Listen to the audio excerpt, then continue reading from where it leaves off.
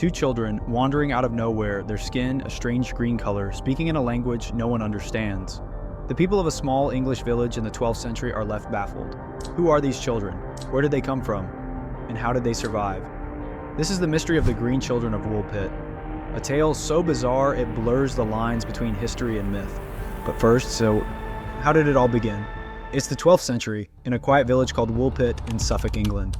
One day, while the villagers are tending their fields, they stumble upon two children, a boy and a girl. But there's something utterly unnatural about them. Their skin is green, and their clothes seem alien, woven in a style no one has ever seen before. These children don't speak any language known to the villagers. Every attempt to communicate with them fails, and the more the villagers try, the more eerie the situation becomes. Who are these children? Are they from a nearby village? Or somewhere far stranger? The villagers take the children in, but a new problem arises. They refuse to eat. No bread, no meat, not even the fruits that the other children devour. Days pass, and their condition worsens. Finally, a breakthrough. The children spot a pile of freshly picked beans. They rush toward them, devouring them raw. It's the first food they've touched in days, but the relief is short-lived. While the girl seems to recover some strength, the boy's health continues to decline.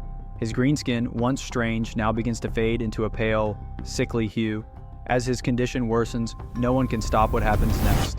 The boy dies, leaving the villagers with more questions than answers. But the story isn't over. The girl, though heartbroken by her brother's death, begins to change. Her green skin starts to fade, blending into the more familiar tones of the other villagers. She becomes more comfortable in her surroundings, and astonishingly, she begins to speak English. The mystery deepens. Once she can communicate, the villagers press her for answers. Where did she come from? Why was her skin green? How did she and her brother end up in Woolpit? Her response is nothing short of mind-blowing. The girl claims that she and her brother came from a place called St. Martin's Land, but here's the kicker. This land, according to her, exists underground in a twilight world with no sun, only a faint light that kept everything dim. And everyone there, she explains, has green skin just like they did. The girl describes how they had wandered from their homeland while tending to their father's cattle. One day they strayed into a cave-like passage. At first, everything seemed familiar, but as they ventured deeper, a strange light engulfed them. The next thing they knew, they emerged into the world above, disoriented and confused. Was this a simple accident? Or had they crossed some mystical barrier between two worlds? The girl continues to adapt to life in Woolpit, but the strange story of her origins never leaves her. Despite her bizarre arrival, she integrates into society over time, taking the name Agnes Barr, even marrying a diplomat, Richard Barr, further proving her complete integration into English society. Her marriage symbolizes something significant.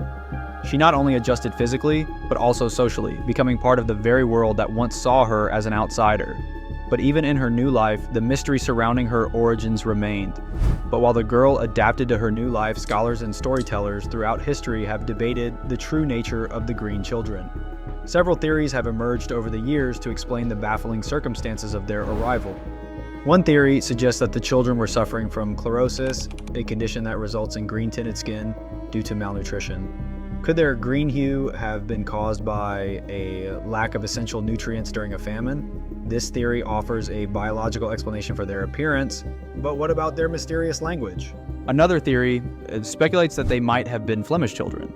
During this time, there was a community of Flemish immigrants living nearby, but after violent persecution, many fled. Some suggest that the children may have been orphans of this displaced community, lost in the woods and speaking Flemish, a language the villagers wouldn't have recognized. And of course, the more fantastical theories remain. Some believe the girl's tale of St. Martin's Land, a twilight world hidden beneath our own, may not have been a fairy tale at all. Could this underground realm truly exist, somewhere deep beneath the surface, in a parallel world? Whatever the truth may be, these theories continue to fuel speculation and debate even today. As time went on, the girl lived out her days, leaving behind a life full of questions and intrigue. The Green Children of Woolpit remain one of the greatest mysteries of medieval England. A blend of folklore, history, and the unexplained. Were they merely lost children from a nearby village suffering from illness and hardship? Or did they truly come from a hidden world beneath the earth? Even now, the story of the Green Children leaves us with more questions than answers. Could there still be others out there waiting to emerge from this hidden world? What do you think? Could the Green Children have been visitors from another realm? Or is there a more rational explanation we're missing?